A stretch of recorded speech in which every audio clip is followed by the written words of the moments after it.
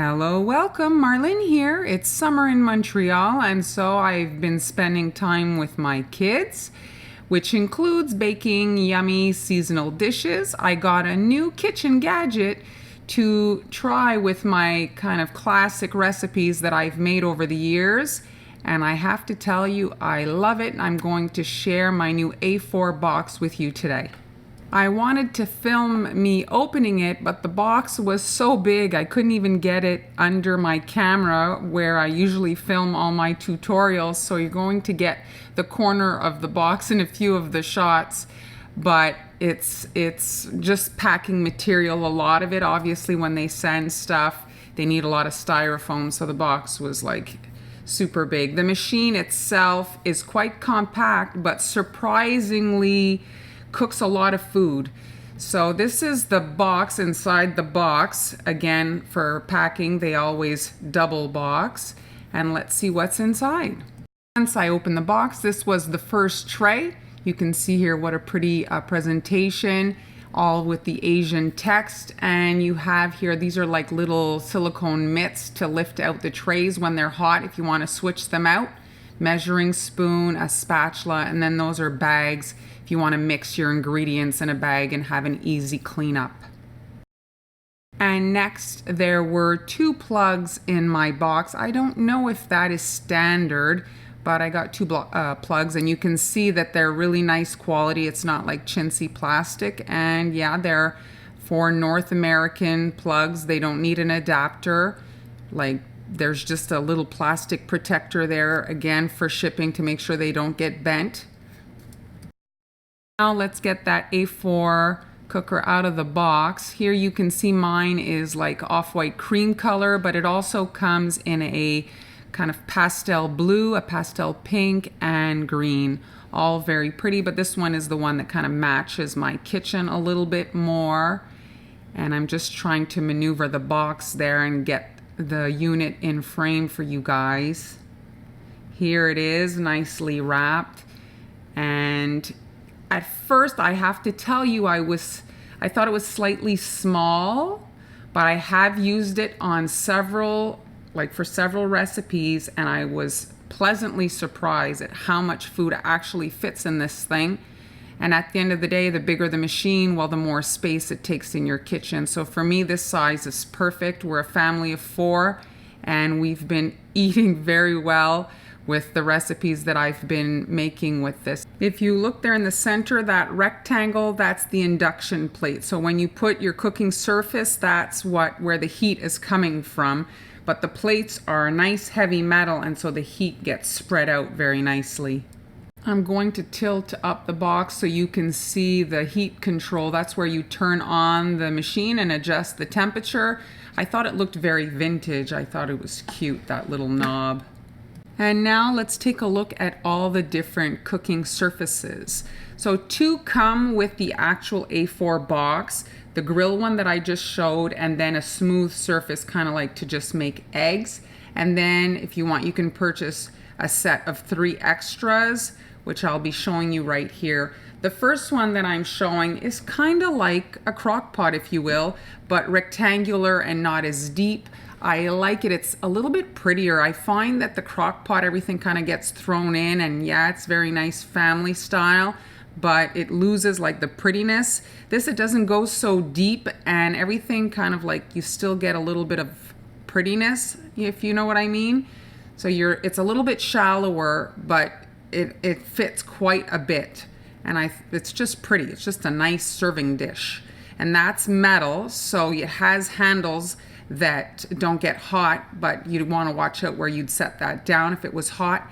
And this is the one that I've been using the most, this thing here. It's called an octopus ball pan. I haven't made octopus with it, but I've made pancakes and fritters with it, and I absolutely love it. That's my favorite. I've never used anything like that. And then this is probably my kids' favorite. This is to make, we've been using it to make breakfast sandwiches. So they break an egg in the little kind of area and then pop their English muffins in the toaster, and they've been making their own breakfast sandwiches. Here I'm just setting the deep dish on the actual A4 box for you guys to see. And now the 6-hole baking plate, perfect for eggs, pancakes, and also vegetarian burgers, since you're going to get a nice browning, which will kind of make the patty a little bit stronger. They tend to fall apart. And my favorite, the octopus ball pan. I've been having so much fun with this. Round pancakes. I mean, the kids were like, "Mommy, how did you do that?"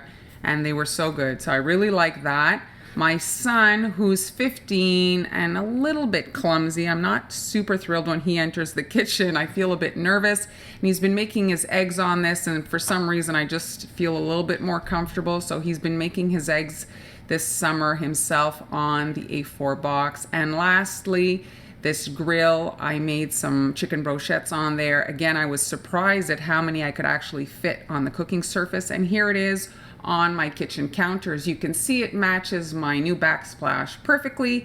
So once again, the unit is induction cooking, and so that's why you're going to see that it's more expensive than what you'd normally find at, say, Walmart, but the cooking is completely different. You're getting an even, strong heat.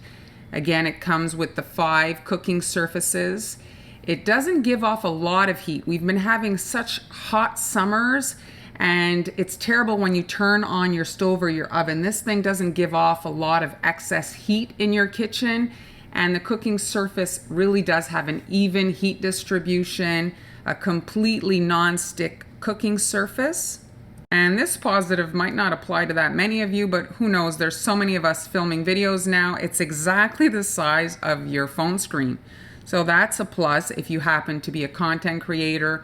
And then it's a compact design for easy storage, which is an issue, right? We have so much stuff and it's fitting it in our kitchen. Like this, you just stack the plates and this thing sits on my counter, takes no space at all.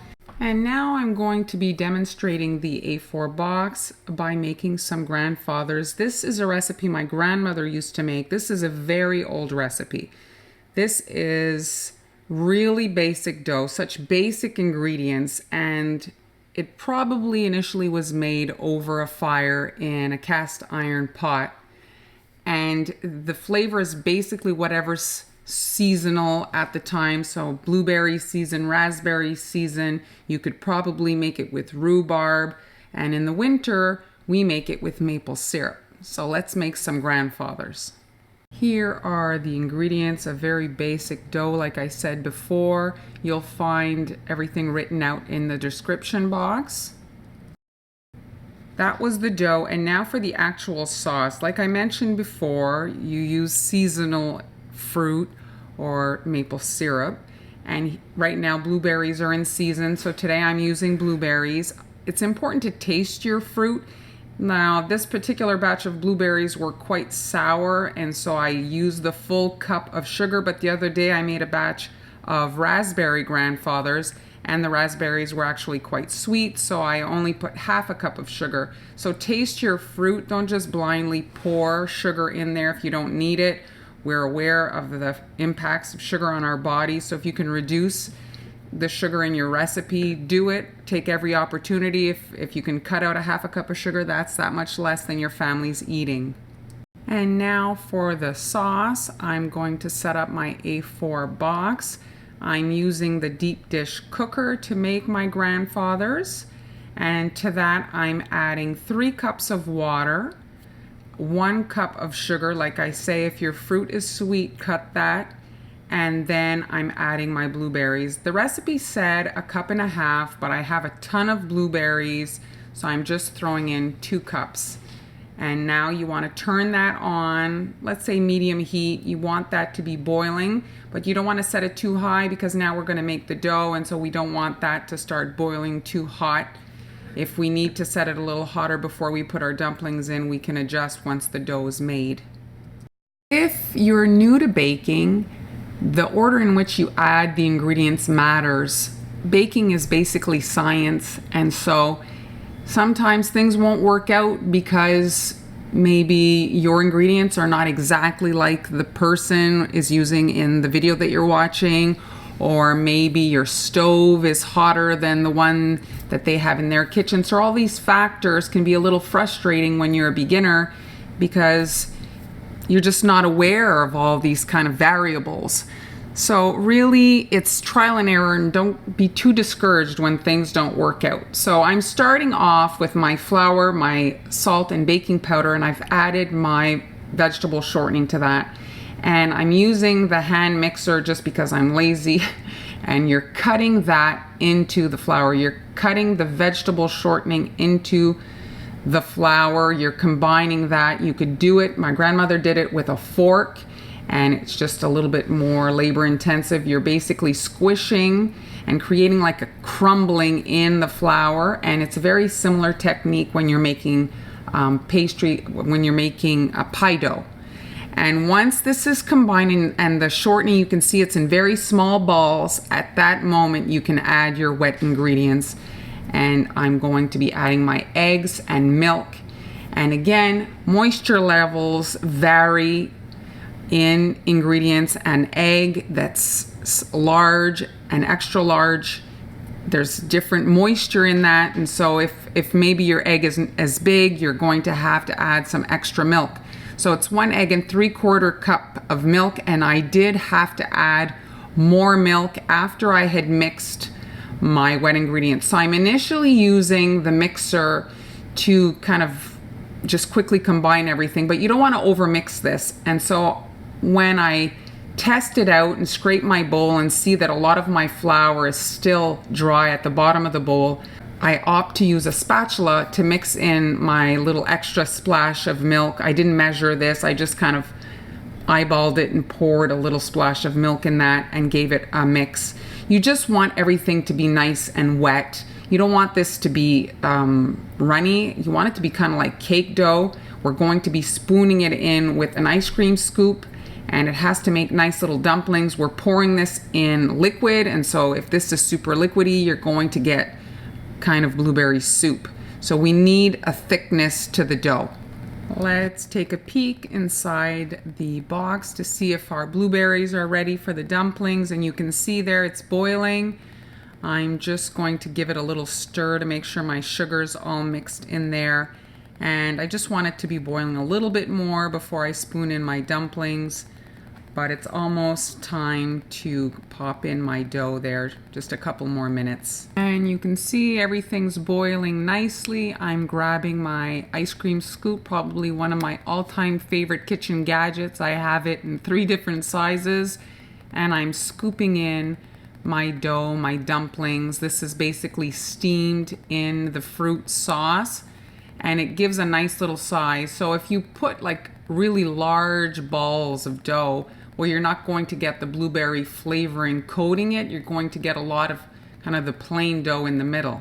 So you want to do these tiny balls and make sure that you leave a space in between so that they don't just glue together. So just a couple of moments, the outside coating kind of like cooks, and then when you put the next one, they're not just going to make this big mass of dough. And my whole batch of dough fit in there. So there was 3 cups of water, 2 cups of blueberries, that's 5 cups, and then my whole batch of dough fit in there, no problem. And so like I say, the actual dish fits a lot of food. So once you've got all your dough or your dumplings spooned in there, I lowered the heat to about medium, put the lid back on, set my timer for 15 minutes, and then you just want to let the steam kind of do its magic on the little dumplings.